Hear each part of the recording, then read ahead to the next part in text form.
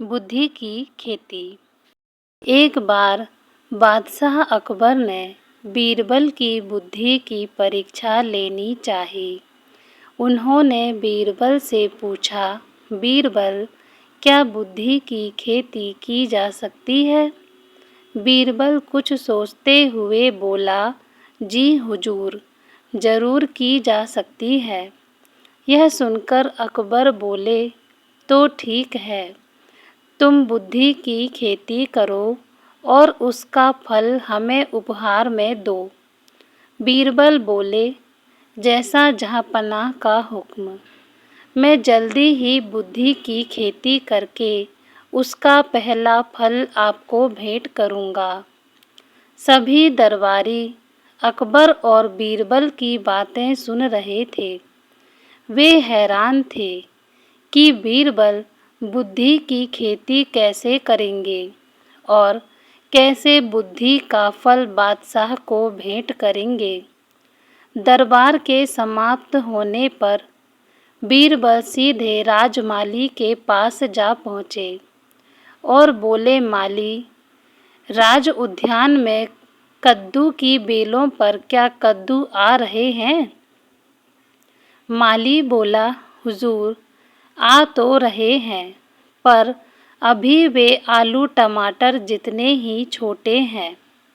यह सुनकर बीरबल बहुत प्रसन्न हुए।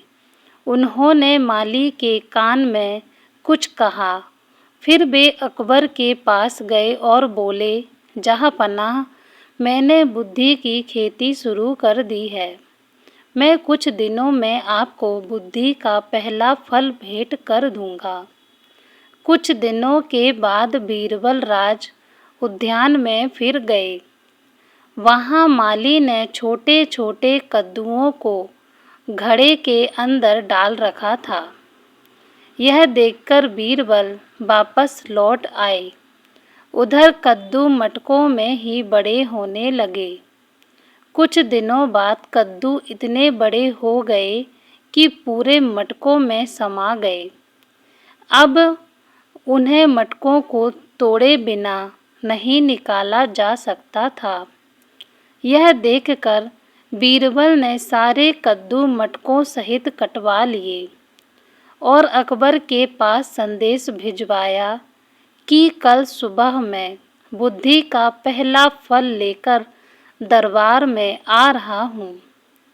अगले दिन दरबार में जब बेसब्री से बीरबल का इंतजार करने लगे, तभी बीरबल 2 मटके लिए दरबार में उपस्थित हुए और अकबर से बोले, जहाँपनाह, मैं बुद्धि के फल ले आया हूँ, किंतु ये फल बड़े नाजुक हैं।